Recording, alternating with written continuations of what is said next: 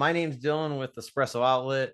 If any of you guys have any commercial equipment that you need, make sure to look up Espresso Outlet. We also have home equipment as well. And today we're doing another podcast with Anthony with Press On Mobile Coffee. Give us a little bit of information about yourself.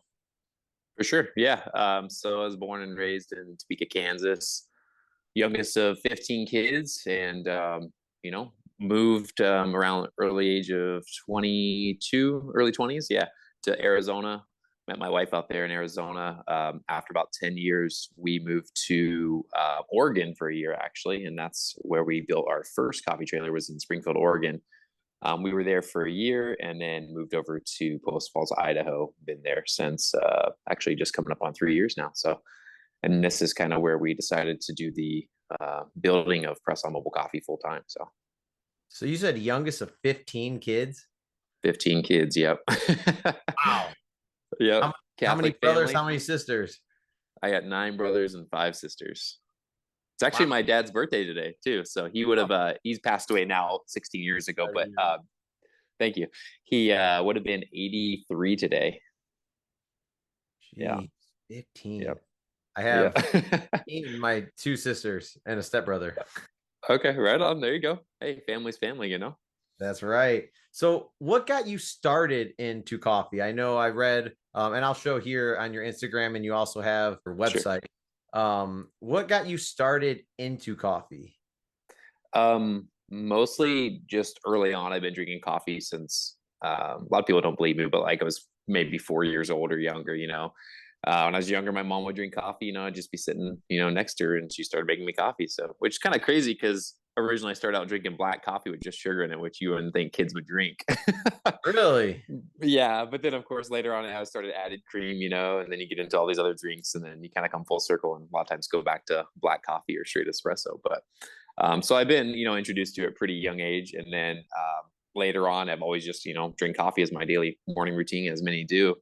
And then it was in I think it was my sophomore year of college. I took a job working actually at Starbucks just through the holiday season, through Christmas, and just to kind of get my feet wet in the actual commercial world of coffee. And that was fun, good experience. And then ever since, and I was like, I think I, want to do a coffee shop eventually. So you wake up, got to get a cup of coffee. What's your go-to? Yeah, for sure. You mean like what I actually drink? Yeah. So a lot of times I'll just do my drip coffee pot, but if I'm doing espresso, I have this Gaja Classic at home. I love it. It's a really hands-on machine, but really cool machine. So a lot of times I'll do kind of like a cortado, but a little bit more milk than normal. I would say probably like 2/3 milk and to espresso, but I actually do it as a breve though too. Occasionally I'll do a little bit of a sweetener in there, so a little bit of cane syrup or regular sugar. So All right. keep it simple. I'm a straight espresso guy normally, but I'll do an Americano. I like milk-based drinks, but they kind of hurt my stomach, so I don't drink them too much. For sure, for sure. But so when we're talking about, so let's walk everybody through a day in the life of Press On. You have an event. What does startup, tear down at the event? What does all that look like for you guys? Sure. So I do things kind of like you're talking about earlier. I prep, a lot the night before. I do very similar. So I try to do as much as possible the night before or the morning of, just so when I get to my location, it's an easy setup. I actually started when I moved to Idaho. So I didn't do it on my first build in Oregon, but I do a off-grid system now with batteries and a propane espresso machine. So my setup is actually really simple. I don't have to deal with starting up a generator anymore, although I have that option if I need to, or I can even plug in too. But so basically when I get on site, I turn on my propane tank, propane espresso machine, which takes about 30 minutes to heat up. So not too much longer, honestly, than an electric machine. And then my battery system, I just turn on the AC part of it where everything's already plugged into it. So it's ready to go. And then from there, I can start serving within about 30 minutes. So it's pretty simple. I mean, probably like most trucks or trailers, you have stuff stored away, syrups and cups and stuff, so they're not flying off the shelves. So I'm just getting that stuff out. And it honestly takes me maybe 15 minutes to set everything up. And then the other 15 minutes just waiting on the machine to heat up. So how long does it take to prep the night of and in the morning before you take off to get to the event? Sure thing. Usually I'll have my fridge plugged in when I'm at home anyway. So I'll have, if I have extra milk stored in my fridge in the garage, then I'll just transfer those into the fridge if they're not already there from like the night before. Maybe if I'm doing cold brew, that takes a little time, of course, but I would say tops maybe 2 hours the night before, and then in the morning is literally just hooking up the trailer and heading out. Sometimes I'll hook up the trailer the night before just so I'm ready to go, but it's not really a long process, honestly. So what I see your website. What's the trailer look like that you use now? Currently, I'm using it's a 1975 horse trailer, a little 2 horse trailer. So it's Okay. very, very compact. It's only 9 feet long on the interior, at yeah, max 9 feet, and just under 6 feet wide. So it's you can still fit. Sometimes my wife and I are in there. She'll run like the POS system, and I'll do drinks or vice versa, and we can work in there fine. We just gotta like stay in our space and just kind of swivel. How much but work did you have to do to that trailer after you purchased it? This one was a really cool setup. So the guy I purchased it from was here in Post Falls, Idaho.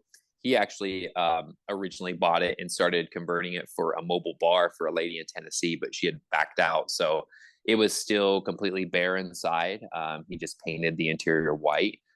Still had the original like 2x6 horse floor in it. And then he did a little bit of welding on the exterior and painted the exterior and did like obviously the photos, but there's like a burnt wood look on the outside. So he did that. So basically, the exterior was done. The interior still needed done. It was actually, I maybe spent a week tops to get that thing up and running. It actually did not take long at all. Yeah, That's crazy. yeah. So because it's a more narrow horse trailer, I mean, horse trailers are generally more narrow anyway, so being less than 6 feet wide. I got utility cabinets from Lowe's, which are generally a bit thinner. They're like maybe 18 inches in depth versus a traditional cabinet of like 24 inches. So that saved a lot of space by doing that. So I only have cabinets on one side of it. So are you pressed on countertop space for your espresso machine then? Pretty much. So my espresso machine is in the front of the horse trailer, like where the saddle would normally Oh, go. Or actually, I think that's technically where they would like put feed for horses. So that's flat right now. I have a hand sink on the left, and then my espresso machine on the right of that. And then basically about 5 foot of counter space that I use. My fridge is under counter. Then that counter space is for my grinder, my syrups, my cups, and I have a airpot brewer, which I really like. But honestly, I don't do a lot of drip coffee. I use it mostly just for the hot water. So so do you have your espresso machine bolted onto the countertop then? it's actually not bolted currently. So I'm actually pretty just cautious when I drive. It shifts a little bit, but I mean, if I were to, someone wants to buy this one and I sold it to them, I would let them know, hey, either I recommend bolting this down or I'll do it for you just because you don't know how other people drive. And so a lot of people, they're just kind of careless. And so it'll just shift around a lot if you are hitting bumps or whatever. I would have so much anxiety driving a trailer with the espresso machine just sitting there. I mean, Yeah. it doesn't shift enough to where it seems like it's going to fall over ever. No, because it's pretty much around the edge of the counter too. I mean, there's plenty of space behind it, but it's 160 pounds, so it takes a lot. I mean, I see it maybe move like I would say maybe an inch or two in one direction or the other, and that's just about it. So, and that was even actually we drove and did an event 2 weekends ago in Lewiston, Idaho, which is about 2.5 hours south of us, and that's all that it shifted through in that whole drive. So, Really? yeah, yeah. Do you My keep all of your machines in the trailer at all times? Yeah, my grinder though, and I have a Rentilio K65 grinder, and then my AirPot brewer though. Those I just have eye bolts into the side of the trailer, and then I just use bungees for those, and that holds them in place just fine. So during the winter time, it gets cold there where you're at, right? I Oh forget where yeah, for you're sure. at. So how Yeah. do you keep if you keep the espresso machine in there all year round, how do you keep the Mhm. trailer from freezing overnight? Yep, I actually have one of those little. I guess it's like a space heater, little square ones on wheels, and it has a set thermostat on it. So I just put it on its lowest setting, which is 50 degrees, and then it automatically kicks on and off when it needs to regulate the temperature inside there. So I have it basically pointing towards my espresso machine, and all my plumbing air system is in one area, so it's keeping all that warm. And then I do drain my tanks, of course, and drain my boiler if I'm not going to be using it for a while. So So do you park it inside of like a garage, a pole barn, or is it just outside? No, it's actually just outside. So we rent a duplex here in Post Falls, and so that's where we build everything too. And so it's just parked right next to our duplex in our fenced-in area. And I have a cover that I put on it too if I'm not using it for a while. So that kind of Now, helps to maintain the heat too.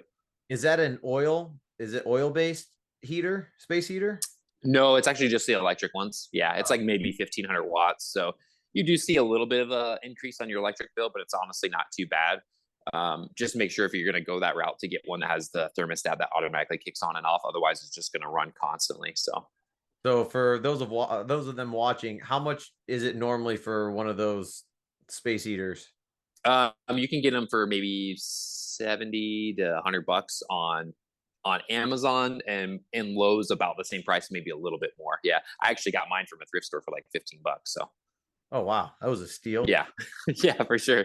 And it's got a remote too. So if I don't want to go outside into the trailer, I can just turn it on or off from being inside the house, which is cool. So you have an electric hookup in there, right? In your trailer. Is that what you I use to do. run the space heater? Yeah. So I actually have. Are you familiar with the company out of? I think they're out of Seattle called CafeWorks.com. Yep. Yeah, so I have their for that was one thing that made this horse trailer build super simple is I have their 50 amp panel. So it's got all the breakers and outlets in one panel. So I have that mounted in there, and then of course it's wired for generator if you want, or shore power. So my heater's plugged into that panel, and then I just plug my extension cord right into the exterior shore power outlet. Yeah, that's one thing that I need to do because my trailer is the 50 amp plug on the outside, and I Yeah. have it converted. So there's a converter to convert it to the 110. But Right. the moment I plug it into the outside or even into my garage, it blows the circuit right away with nothing Oh, for sure. Oh, with nothing on even. Oh, that's nothing out. interesting. Yeah, so I don't Okay. know. Wow. I don't know if it's because it's a 50 amp and not a 30 amp. But Super it's weird. Yeah. yeah, so I'm gonna have to have something because over like tomorrow, for instance, when we have our event, normally we'll get the trailer from the pole barn, bring it here before Yeah. like the night of, and then we'll have it here. We'll wake up and then we can just get everything ready and leave because I don't Okay. like to go get it all, bring it here the morning of. It's just a lot going on, especially when you have to be somewhere at 7 o'clock in the morning. Oh yeah, for sure. And we can't do that right now in the wintertime because it wouldn't make any sense because it would freeze. So everything in there would freeze, and there's really no way to hook up a space heater even outside Yeah. unless the door open. But that would defeat the purpose. Oh, for sure. Yeah, definitely. I do actually. So in the wintertime, it definitely slows down for events up here. I mean, we'll still do some, hired events for like Christmas and there's like trunk or treats, for Halloween and so forth. But usually it slows down quite a bit. So at that point, when I notice that I'm not really getting many inquiries for actual events, then I do take my espresso machine out and I just put it in my garage where it actually maintains temperature in here, just as an extra precaution. So that way, if I don't want to run my, heater in there, for 3 months or however cold it is, just saves on, some electricity. So, what's if you had to give somebody the best advice? What's the best promotional advice for you for your company to get your word out there? What's the best way to do that? For somebody else that wanting to start a truck or Mhm. trailer. Honestly, in your community, word of mouth is huge, of course. Friends just spreading the words, family spreading the word, and then doing like a soft opening just to kind of get your name out there. But other than that, Facebook has actually been really, really great. The Mobile Coffee Business Owners Group got a lot of traction from that. And then surprisingly, doing just local events too, once you're set up, after your soft opening. A lot of people I've booked other events from coming up, and they got farmers markets that they're setting up themselves, and so they just reach out and ask, hey, you want to come set up here? So yeah. Are you guys a part of the farmers market in your area? We actually, let's see. No, we didn't do any farmers markets here yet.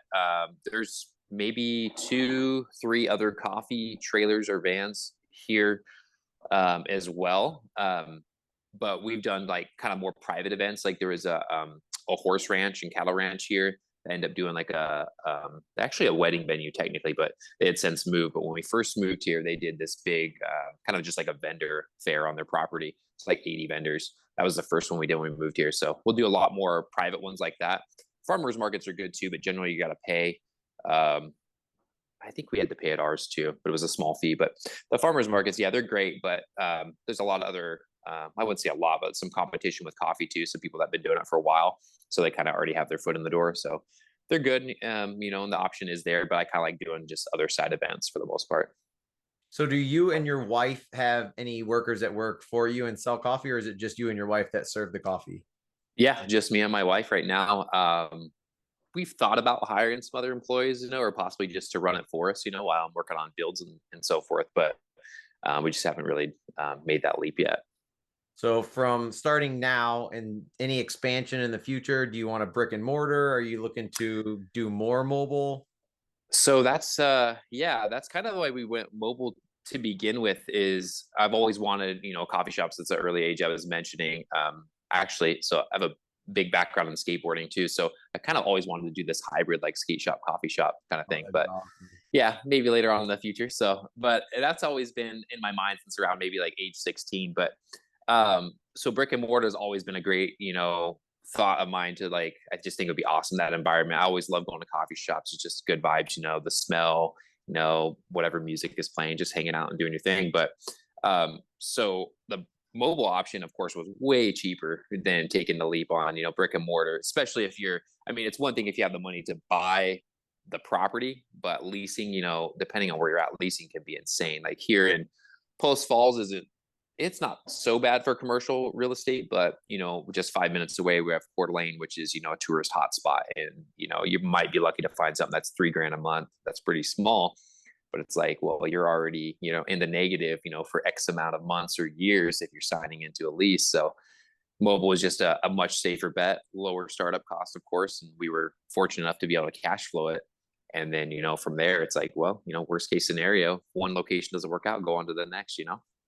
So I see a lot of people on the Facebook groups and just in general that if you any YouTube video you watch of a mobile coffee business or even just a regular food truck, a lot of Mm-hmm. people ask, should I go the route of financing to get my trailer or should I wait until I can pay it off? Obviously, that's always the best option because then you don't owe Sure. interest on anything. What kind of advice would you give to somebody starting out that wants to do mobile?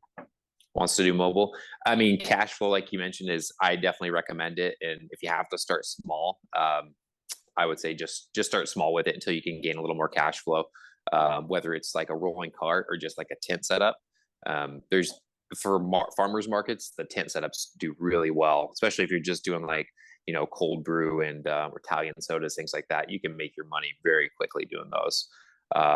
Yeah, it's we were fortunate enough with our cash flow because when we moved from Arizona, we sold our house, so we had a good chunk of equity built up, so we were able to buy our vintage trailer. And me, I have a background in construction too, so I was able to do everything myself. Yeah, I mean, financing, there's always that option, of course, and it is tempting because even me in the beginning, like early on, just because it's like, oh, you could be up and running so fast. But yeah, in the long run, I feel like you're setting yourself up for success if you can cash flow it, just because you're coming out swinging with no payments to worry about other than getting out there and taking in the payments, really. So Yeah. So how important is it being mobile to have a limited menu when starting out as opposed to having a lot of choices in general on your menu? yeah, I actually do that very thing. I just keep it super minimal. I have maybe 5 or 6 flavors for my espresso based drinks, milk based drinks, and then some like fruit flavors for like Italian sodas and so forth. But I think when you do the smaller, just fewer options, it's better because you can kind of really hone in on those and specialize in making those, the perfect combination. There are so many coffee kiosks up here, the drive-through ones that just have like 40, 50, 60, sometimes 100 flavors. I'm just like, that's just too many options. And honestly, like the fewer options too, it's people are going to pick something either way if they want coffee. So just specialize in what you have and make it good. And I think that's more important than just offering everything. So it kind of depends on the region where you live, but what is Presson's most popular menu item and why do you Mhm. believe that is? It's actually, and I don't know, maybe it's just because it's the name is unique from everything else on the menu. But I have my drink, which is just called My Way, and that's kind of like what I mentioned, what I drink in the mornings, which is basically like my almost like a breve cortado, but with a little extra, like 2/3 milk versus, like a half ratio. So most people, they see that, and it's a smaller drink. It's probably one of my, I would say, a lower cost item on the menu anyway, but people are interested in what I like to drink, and so every single time someone's ordered that, whether it's hot or sometimes they'll get it iced, they come back and they're like, they walk away and 5 minutes later they're back like, this is amazing. So yeah, that's actually a huge one. So I don't know, to me it's just because it has the perfect combination of sweetness and coffee. You get a lot of the coffee flavor coming through, and then a little bit of sweetness. So it just, yeah, it's good coffee. And then other than that, I mean, probably the biggest requested one besides that is just regular mochas. That's a So big one. so think back to when you first started to now. What has Mm-hmm. been at an event? What has been the most challenging experience that has happened, and how did you overcome that? Let's see, challenge experience. Well, when we first moved here, we did that event that had like 80 different vendors. We were the only coffee truck, which was cool. But at the time, was I running my single group? Yeah, I was. I was running Nueva Seminelli single group, and it wasn't even the volumetric, it was the semi-auto. Hmm. And it was nuts. So the market didn't open till 10, but we got there and ready to go at 9 for other vendors and so forth.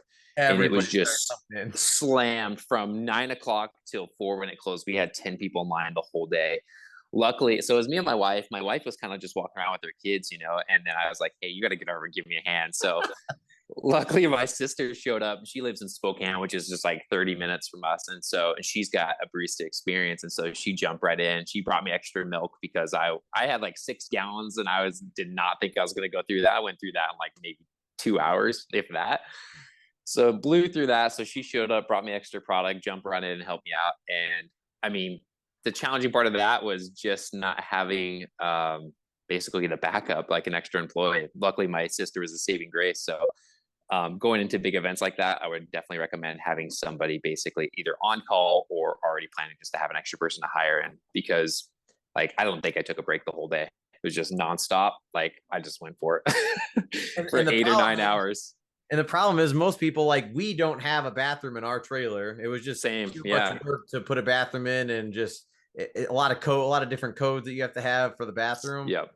And for us, it's hard for me to, I don't know about you, but it's hard for me to drink a lot of water or eat, because I mean, number one, I'm the only barista. So Yep. no one else knows how to make the coffee but me.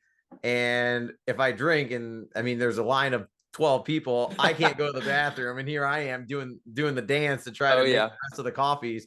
Um, do you get enough water while you're working? Definitely not. Yeah, no. So it's like I think that same morning too, and this is usually the case when I'm doing bigger events, is like I go to make myself a coffee, and as soon as I start to make a coffee, when I open my window, it's like, nope, that coffee's on the back burner. I maybe get a coffee like 4 hours into it if I get a slight bit of breathing room, but not usually.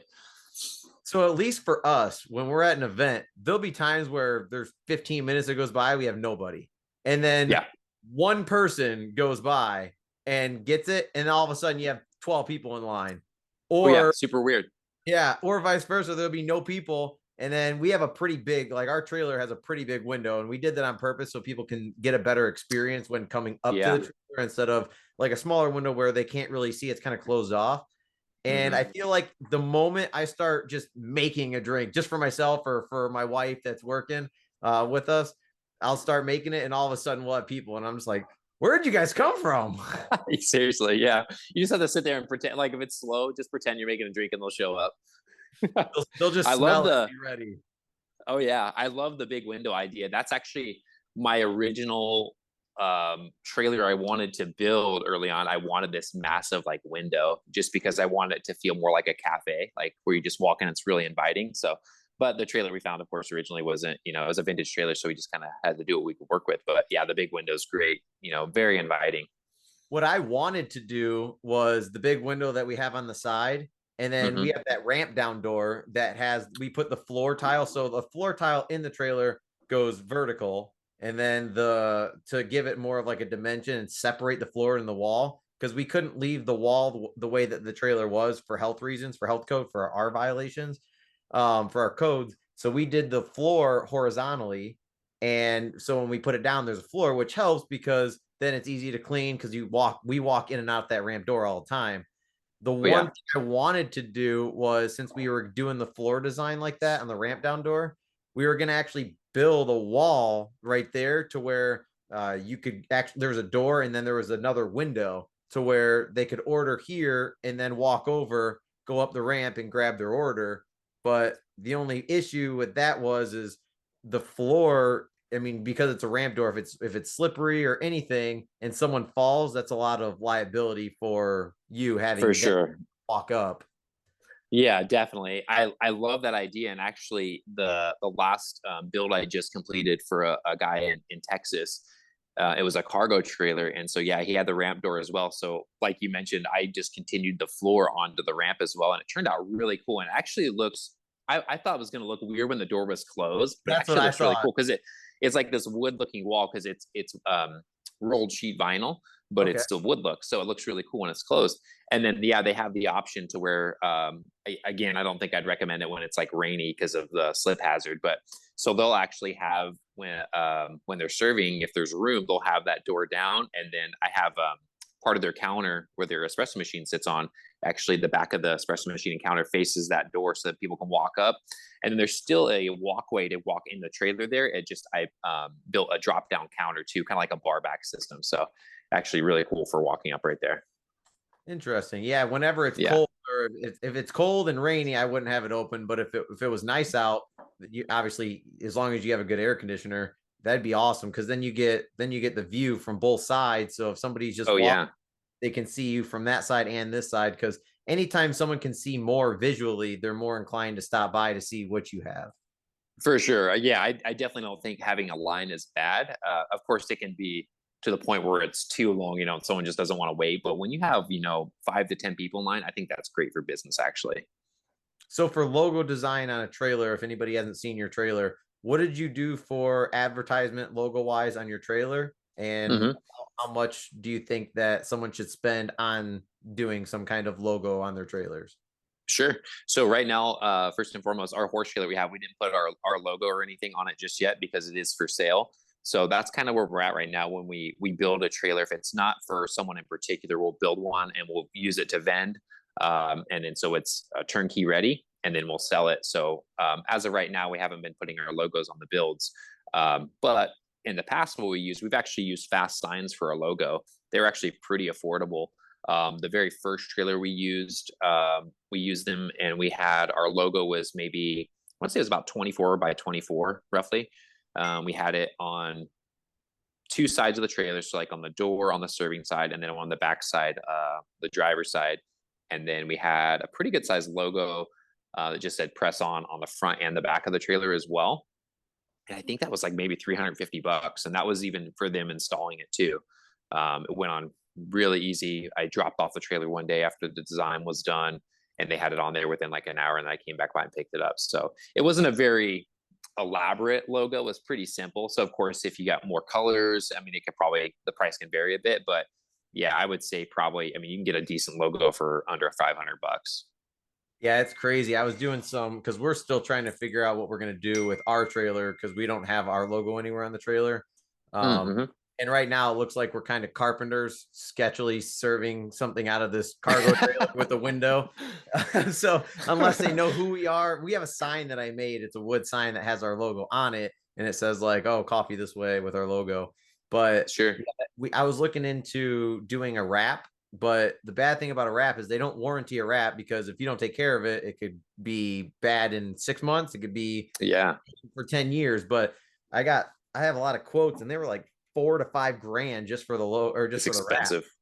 Yeah, very expensive. Yeah, I'm a fan. I mean, I like the idea of a wrap, but it's probably I would recommend a wrap for something like a sprinter van, like one of those camper style vans, Yep. maybe even a box truck. But when it comes to like custom trailers like yours or a vintage trailer, I think logos are probably the better way to go, honestly. Yeah.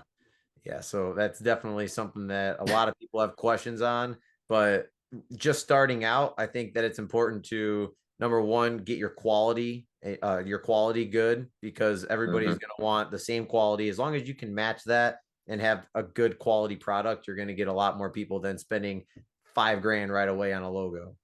For sure. Yeah. I mean, it will come in time, definitely. You can do as simple as what that's called, like the Sinacade signs, like the A-frame ones. Oh, So yep. we have one of those for our current horse trailer, and it's just got Velcro on both sides. And one side has our basically our logo and our name, and the other side is the menu. And those were super cheap to print. Trying to remember, we might have got those from like Vistaprint um, for like I think they were $5 a piece. They're super cheap to print on. They're not super durable, that's why they're cheap. But I mean, you can get quite a few of them for at $5 a piece. So Yeah, that's definitely good tips. So, have you ever had a time where you were working in your trailer at an event and something broke down? yes, actually, that was like my second event when I did here in Idaho. There was a kind of like a petting zoo. This guy and his wife, they had this. It was called the Farm at Winter Station, and it was just like this small petting zoo type deal they were doing. They had quite a bit of land, but they had chickens, turkeys, rabbits, and they did this like homeschool event for like these homeschool families. And so we reached out to him and said, "Hey, I'd be happy to come out and serve coffee." And I didn't do a minimum or anything. I just, was like coming out and serving people and go from there just to kind of get my name out there, but then help them too. But I think it was maybe this is when I was still running a generator, but maybe an hour into serving, my water pump kept going out on me. Like it was super hit or miss. Why? Like all of a sudden it would work and then it would. I had no idea why. And it was. I still don't think I actually ever figured out what was going on with it. So I ended up just replacing the water pump. But it got to the point where someone would come up to order coffee. I tried to make a drink. I said, "Sorry, my water pump's being really finicky right now. Come back in like 5 minutes." And 5 minutes later, they come back and it would work. And yeah, luckily there wasn't a huge amount of people there, but it was frustrating just because I wasn't expecting, of course, and they want something hot to drink, but it didn't work out that way, unfortunately. Yeah, because I know a lot of people, that's like their biggest fear when they do mobile or any kind of business. They're afraid that if I don't have a backup and I do something, what do I do? And I tell them, don't be afraid to tell your customers what's going on, because Yeah. they're gonna feel sympathy for you. They're not gonna be mad. I mean, obviously it's unfortunate for you, but a lot of people are understanding, and the coffee community is pretty nice. Oh yeah, for sure. That's actually one out of, I mean, knock on wood, since then I haven't had an issue with my water pump. That's something I would consider having an extra one on hand because they're generally like $100 for, like a C-Flow or a flow jet. And if you do your plumbing correctly, where you have shut off valves, if and something happens to it, you can shut those valves off to kill water and you can swap them out probably within about 30 minutes if you really had to. So, Yeah, I was at an event one time with my Linea, because we do everything with our semi-automatic machines. So kind of like what you were talking about when oh you yeah. for me, it's just like second nature. I would recommend a volumetric machine for sure. It makes your life so much easier. But for me, I've just been so used to it. And I remember being at a event. It was a boutique, and I was serving, and all of a sudden my pressure gauge was like all the way down, like zero pressure. So I had a line of like 6 people, which wasn't Oh a lot, but I was looking at it, I'm like, oh, that's not good. So man. I just remember, and this was like maybe my fourth event. So I was just like, well, I have to be honest because I can't make their drink, and they paid me to go to that event. So Oh man. I was like, unfortunately, I have to figure out what's going on with my espresso machine. Please come back in like 10-15 minutes. I'm going to try to get this resolved as soon as possible. And it was super weird. I undid the top part of the machine. I had this happen before. It was like a little tiny piece of I use third wave water, so a little tiny particle got on a sensor, and then all of a sudden Mm-hmm. it overfilled the steam valve, or the steam boiler, and Mm-hmm. it was like really bad. So I went to go fix it. And when I went to go turn it back on, the pump kicked on like it was starting back up again. And I really didn't do anything. I just kind of moved something. And all of a sudden, like water was squirting everywhere underneath my machine, coming out of my power cord. I was like, Whoa. oh my gosh. So I ended up calling the event. Like I couldn't do it anymore, obviously. So Ah, bummer. I called a technician, and he came out, came in. I didn't do anything besides turn the machine off. And then he came, I think, 2 days later to my house to fix it after paying like the travel fee and everything. And all of a sudden, he turns it on. It worked completely normal, like nothing ever happened. No way. Yeah, so I have no idea whatever happened. And he What said was that, a single group or two group? single group. It was the Linea Mini. Linear Mini? Okay, yeah. Wow, that's super weird. Do you think so? You said there was like a little particle stuck onto. Do you Well, think it had something to do with it? that was the first time, or that was the first time that that happened. That when it was under warranty, the particle got stuck. So he came in and it worked just fine afterwards again. But he took it out, replaced like it's like this little tiny. I don't even know what it is. It's a little tiny part about that big, and it goes into a hose, and that's the sensor that tells the steam boiler that it needs to refill or that it's filled. So we replaced that. It was like a $20 part, and then it worked, and then it happened again, but I never had water coming out from the bottom. But the way they built the Yeah. machine, that is, if water does come, it just goes straight out of the machine. It doesn't impact anything. It doesn't affect anything like componently in the Oh, computer. gotcha. I don't know what happened, but How many that's hours did you have left to your event when that happened?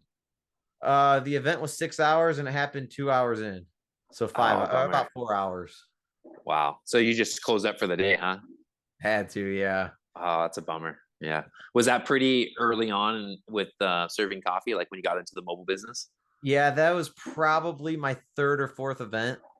So it was, I tell everybody there's going to be things that happen. I mean, things happen in any business. It happens in a brick and mortar, it happens in a mobile, Hmm. anything.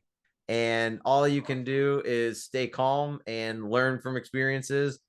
It's easy to say, oh, yeah, just bring a second one, but I really can't afford just to buy a whole nother Yeah. machine to keep as extra that I'm not even used. Yeah, Uh, no way. Grinder is a little different story. Having a backup, like a less expensive Sure. grinder, that's one thing. But to have a Yeah. backup machine, that's a Oh hefty yeah. for sure. I made the mistake of my second build. I was adding, let's see, I had a Rancilio Class 6, and when I installed it, everything was all finished in the trailer. I'm installing my equipment, filling my boiler, and as it's heating up, next thing you know, I just hear this like pss, pss. I'm like, what? And there's water shooting out of the top of my machine. I'm like, what is going on? So I like shut it off really quick, and I throw a towel over the top, and like water's everywhere. Like I'm opening it up, and the blow off valve, like it would overfill and was just like spraying out. So I'm like, what is going on here? And then my mistake is just simple. I left the valve open, so water just kept coming Oh, in, and just so it got full, and so it was doing what it was supposed to do, so it wouldn't explode. And that blow off valve was, releasing steam and water, and so it was just a simple mistake. sometimes it's like the simplest things that we overlook, and it's just like Oh you yeah. feel at the moment it's like the biggest problem in the world. Oh well, especially if it's during an event, you got a line of people. It's like the most defeating experience. It's almost embarrassing. Like it shouldn't be, It but is. it's embarrassing. No, it is. And it really makes you like think, all right, maybe I shouldn't be doing this. I should just hang my hat up. I'm going to go back to selling insurance. That's what I used to do. I bet you like the coffee bit because you do coffee. I know I talked to you prior to this video, but you do coffee Yeah, all the time, right? I do. Yeah. Yep. So coffee and building. That's it. Yep. So how many builds a year do you think you do on average? This last, so far of 2023, I've done four. And Or then, yeah, so I'm shooting for, I've got two clients I'm working with right now. And then I have three builds of my own going on besides my horse trailer, which is insane. Yeah, kind of just building them as needed. So trying to come up with some different, I guess, layouts with these, just make them a little more unique. But yeah, so two clients working with currently, three others on my own. And then for next year, 2024, I'm shooting for at least six builds. So, so so are you doing the those builds yourself? I am 100% myself, with the exception of I started doing hiring a local electrician, just because I mean I can do it myself, but they're just so much faster at it, and it's just like I mean when I did my first trailer electrical, it took me about I would say about 2 days, so probably 16 hours, a whole lot of research, still questioning everything along the way. Am I doing this right? And but luckily it turned out great. But I did the first one myself just because the quote I got was like $2,200 to run it, and then the way they were wanting to do it, I wasn't really happy with. So it ended up being about $400 of materials and 16 hours of my own time. Whereas now I hire an electrician, he's in and out in 4 hours, and it's about $1,000. So yeah, So well worth it. does he give you a better deal because you do so many through him? Yeah. So now, yeah, the very first one I did, he's actually a friend of my brother-in-law's. Okay. He's a full-time electrician over in Spokane, Washington. But he does a lot of work for my brother-in-law, does a lot of residential stuff. And so, yeah, he kind of gave me a deal on this one, knowing that I'm using them in the future too. So yeah, I got a quote from another guy and it was about $1,800. So that's still pretty, it's okay. I wouldn't say it's great. So yeah. So if somebody's just starting out, they have no background in carpentry or anything, is it doable to do a trailer build with yourself or with somebody else? Is it how hard on a scale of 0 to 10, depending on how intricate they want it, but just to get up Sure. and going, how hard would it be for someone that has no prior knowledge? I think you could still do it pretty simple. I mean, if you have the understanding of how tools work, at least, even if you haven't used them a lot, I mean, saws and stuff can be dangerous if you haven't used them. But I mean, if you could swing a hammer, use a drill, you could go the route of buying like ready-made cabinets and putting those in versus building your own. For me, like with vintage trailers, building your own is a much better way, just because the shape of the trailers are so unique. A lot of times they're not square because they're super old, and so building is a much better way. But yeah, I mean, ready-made cabinets, it's a good option. Or a lot of those vintage trailers, you can literally just use the countertops that are already in there. If code allows it, you might just have to put different countertops in, or different service that are like easily cleanable, that kind of thing. So again, you can kind of start small with that too and work your way up. And then once you have more funds, hire people if you need to, DIY, get some handymen in there to do it. But if you are doing it yourself though, and you're not comfortable with electrical, that's something I would definitely hire out though, for sure. Plumbing is different. I mean, plumbing is worst case scenario, you get a leak, it's not something or like electricity where you can shock and kill yourself possibly. So yeah, A plumbing little bit is, of a difference there. yeah, surprisingly though, I think plumbing it's always more expensive than electrician, or not plumbers, but just all the plumbing fittings and everything, like material wise, when you figure, when I say plumbing, I figure water tanks, sinks, water pump, everything. But it's like, man, those fittings, PEX itself is cheap, but all the fittings are super expensive. I mean, it just adds up really fast. So for code for you, how Mhm. big does your aisle have to be? We actually don't have a requirement on that at all. Oh, It's wow. crazy. So our first trailer that we did in Oregon, their codes were, we were in Springfield, Oregon, which is just the other side of the river of Eugene and Springfield, basically just divided by the river. But theirs were a little more strict, but we started right in 2020 when COVID happened. So we had like, a little more downtime, like inspectors weren't super busy. So I just followed they have a mobile food unit guidelines packet, and so I just followed that to a T, how to do everything. Even there, they didn't have an aisle width requirement, but everything else was fairly seems, I would say, strict compared to where I'm at now in Idaho. With like water tank size, hot water, fridge, that kind of thing. But I just did everything by the book, and the inspector came out and she was in and out in 5 minutes. She's like, everything looks good. The only thing I didn't have was my freshwater hose wasn't NSF. I just had like a regular garden hose. And she's like, yeah, as long as you're going to get, the blue or the white one, you're good. I'll just write down that you're going to get it. Here's your, you passed your inspection. So they were super laid back. But here in Idaho, so when we moved here, I called them, was like, hey, I have a mobile coffee shop. I need to get it inspected. They're like, well, are you serving food? I'm like, no, I'm just doing coffee. I was like, I might do some, prepackaged foods now and then. They're like, okay. They're like, so just coffee? I'm like, yeah. And I was like, what's the fee? And like, there's no fee. I'm like, really? Like, what about the inspection? Like, you don't need an inspection. I'm like, are you serious? Like, yeah, like just get your tax. Yeah. They're like, just get your tax ID, pay your taxes. That's all we care about. So super, super laid back. Yeah. I think, so we're in Post Falls, which is the panhandle of Idaho, and we're in Kootenai County. So I think if you go further south, though, and you're down like Boise, their counties probably has different regulations, but up here they're just so relaxed. It's insane. Crazy. Yeah. So literally tax ID is all I need. So I pay my taxes to them, you know, to state. That's all I care about. Yep. And we I, have cottage law too. So you can make shelf stable items and sell those too. No problem. so you said you do serve prepackaged items? Every now and then I will. When I say prepackaged though, originally I was doing like some muffins and stuff that were like prepackaged. But after I found out that cottage law was, you know, we were okay to build to make food out of our home, we'll do like, you know, just some baked goods, banana breads, cookies, that kind of thing, scones. So how does one go about? Do they have to call the health department just to inform everybody to figure out your cottage laws? How did you find out how much you could make at your house before it was against the law? I just did a Google search for cottage law and then put in my county. And then I also checked, kind of cross reference with my city too. And then there's actually a lot of information online that said, you know, with just talking about shelf stable, which generally means it doesn't have to be refrigerated or maintain a hot temp. So I just kind of followed the guidelines. It had a list of foods that were okay.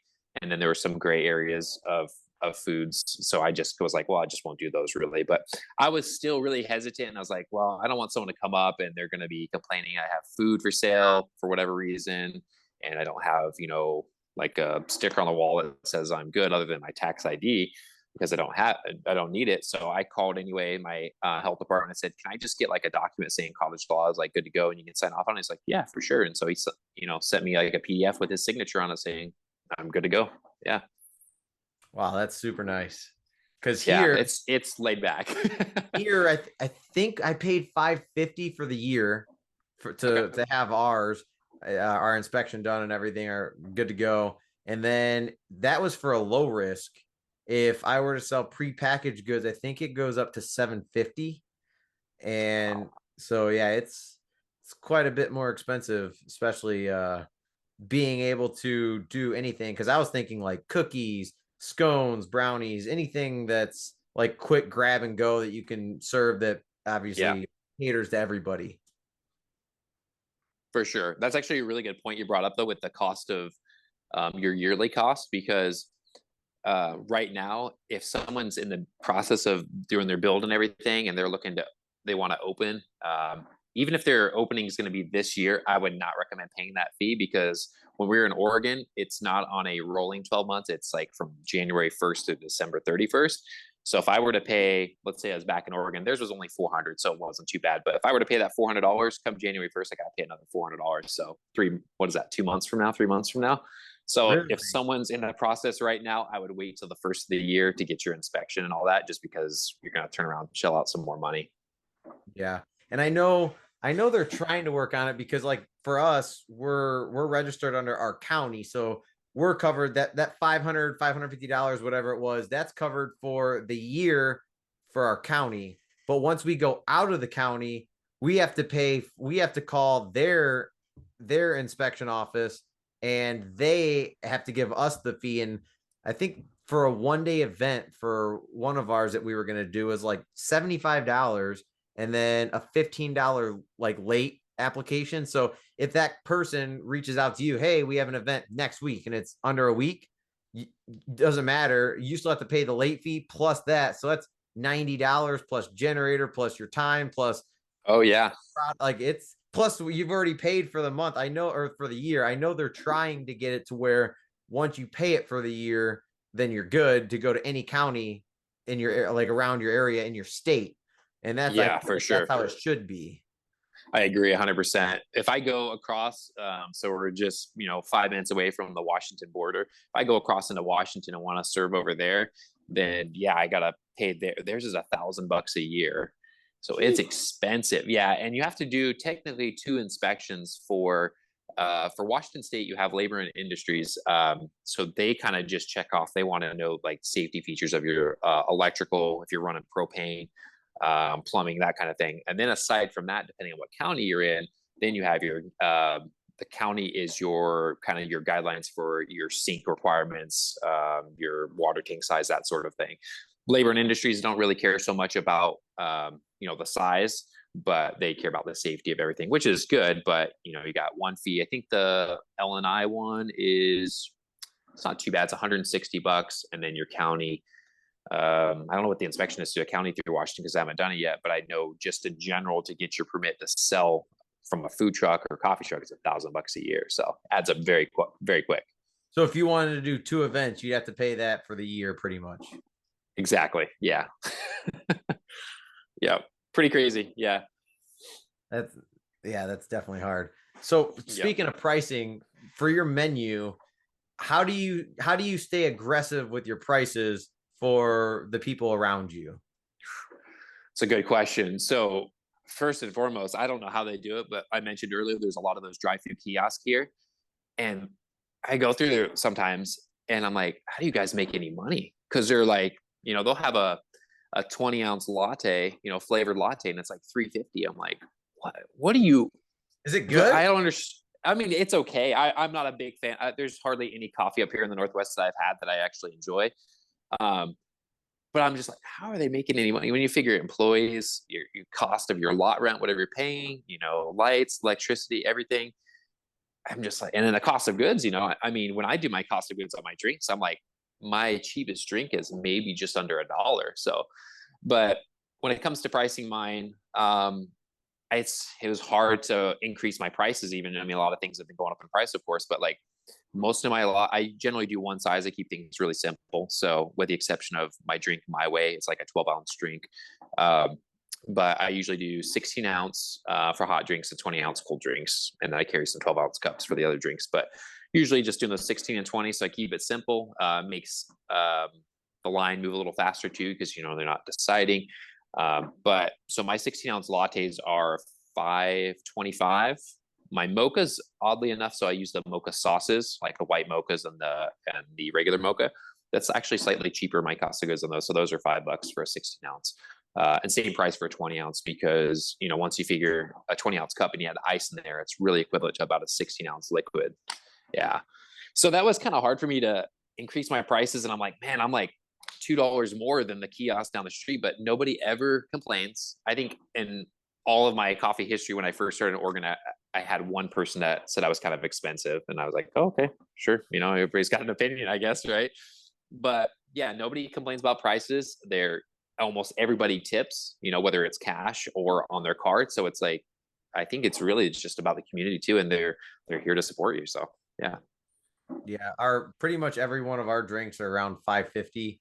Do you yeah. charge tax or anything on yours? So when I was at a regular location when I first started in Oregon, when we first started, we were outside of an antique mall for like 3 months, and so I had my tax and everything turned on there. I remember it. Yeah, Oregon had tax. So I had the tax on there. Kept all kinds of coins and everything, to make up taxes for cash buyers and whatnot. But I decided to, when I do events, I turn my tax off and I just have everything in quarter amounts. And so all I have to do is keep quarters in cash besides my, random cards. So just keeps it simple. I mean, I'm eating a little bit of the tax, but overall it speeds up the process. It's easier in the long run by the end of the day. So yeah. So when you do sales tax, do you have to pay that monthly, quarterly, or yearly? You have the option to do, I believe at shortest you could do, I mean, you could do quarterly, and that's what I do currently. Yeah, I don't think you can actually do yearly. They want you to do at least quarterly, but you might be able to do monthly as well. Yeah, because I know when we went to ours, they wanted us to do monthly. So we Hmm. do ours monthly. Okay, that's actually not bad. I like that. Yeah, just to kind of get knocked out and kind of keep stuff on the side. Yeah. You just got to make sure you save a little bit more because obviously you're going to be giving it from here to here. Yeah, for sure. That's where people get into trouble, is they think, oh, here's X amount in the drawer. And it's like, well, technically you only have this, this amount minus taxes. So it's like, yeah, you get in trouble really fast. You start spending that tax money. Oh yeah. Yep. So we've had a really good conversation so far. Kind of to wrap the video up, what advice would you give to somebody who's wanting to start a mobile coffee business, and also somebody who owns a mobile coffee business? What main advice would you give to somebody that is wanting to get into the coffee industry? The biggest one is be prepared to wear many hats for sure. I honestly think after doing everything, Building the trailer is the easy part. It really is. Because after, I mean, this is coming from me with more of a construction background, so that could be different too. But okay, so once you have the trailer, even if you were to buy the trailer, you have the funds. I mean, that's just the starting point. You're the barista, you're the manager, you're the inventory specialist, you're the tax guy, you're the account. I mean, you're doing it all. You're the yeah, you're the guy out making runs, picking up product and stocking the day before, breaking stuff down and setting up. So it is a lot of work. Social media, it's huge trying to, interact with people. I honestly, we don't get a whole lot of exposure through like Instagram other than people that are interested in building. But like for event wise, I don't know. I think Facebook is way better for that. But yeah, just be prepared to wear many hats. For those that are existing, coffee truckers and trailer holders, if I strongly recommend to look into going with an off-grid system. Not necessarily you don't have to use propane espresso machine like I do, but you can get battery systems that run two group 240-volt machines, run your whole system off batteries, no longer dealing with generator, noisy, dealing with gas and oil changes and so forth. So I'm a big advocate for using batteries. And if anyone's interested, kind of those that have paved the way for, or the company that's paved the way for it is a company called Jewel Case, and they're based out of Boise, Idaho. There is a guy down in Boise, actually. His name's Sid Gabi. He runs Slow River Coffee. He has like a Dodge Sprinter van, and his whole system is batteries too. So it can definitely be done. The initial cost is a little more, but I mean, it saves you a lot of headache in the long run, really. So that's really good advice. Someone like me, how much would a system like that be to run a two group 240-volt espresso machine? Let's see. So with the last build I did running batteries, they had they had a propane espresso machine, so that barely used any electricity.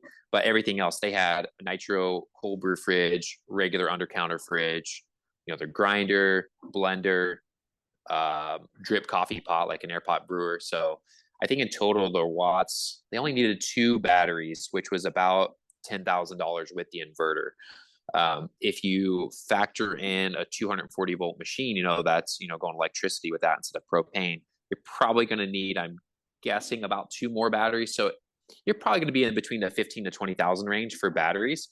But overall, if you reach out to Jewel Case, they give you a breakdown. This is what's going to cost you for batteries, but this is what you're looking at in cost to run your generator to, and they give you a comparison. So it's like after like year 5, you're already like in the green for going with batteries. So if you're planning on doing this more long term, it makes sense to go with batteries for sure.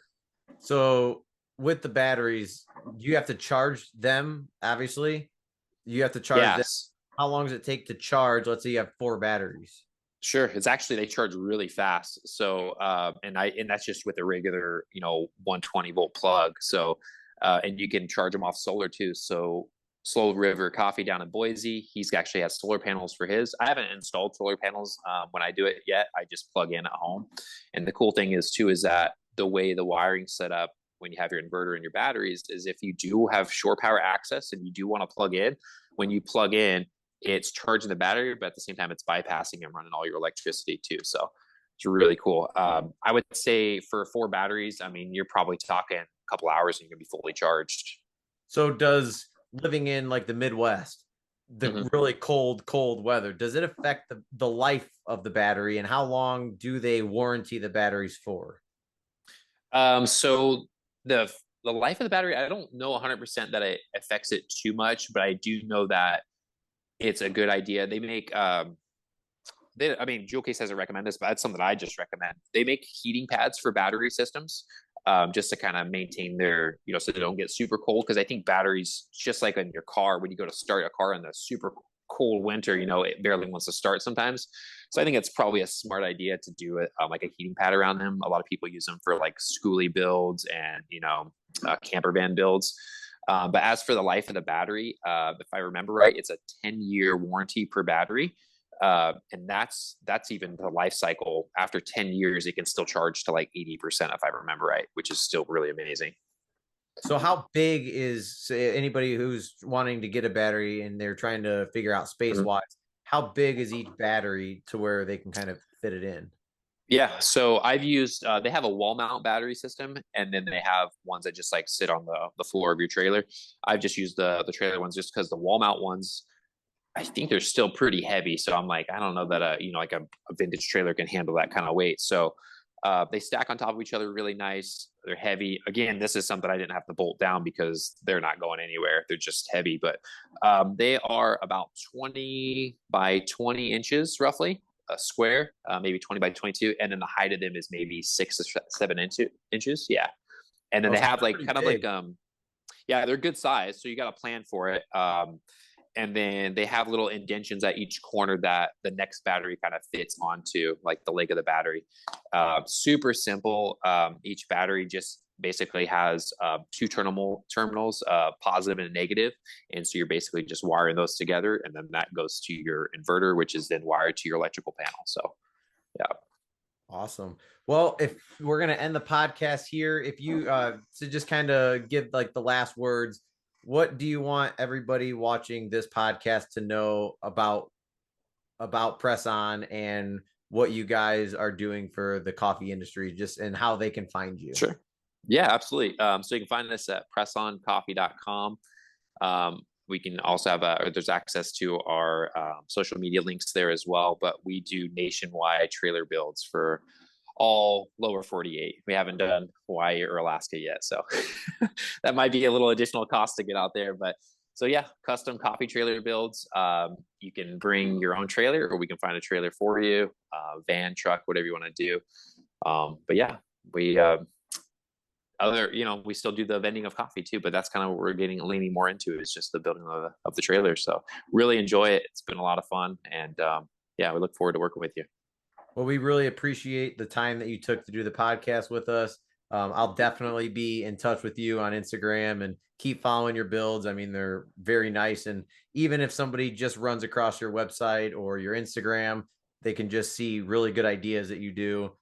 Just Sure. maybe if you're inspiring somebody else to start their mobile business. So it's always good. The coffee community has been probably the best community I've been in, and they're all just so friendly. Everyone's willing to give a hand and help someone when they're in need. So it's just been a really good experience, but it was really nice talking with you, and You as well. I'll definitely keep in touch on Instagram. Excellent. Sounds good. Appreciate the interview.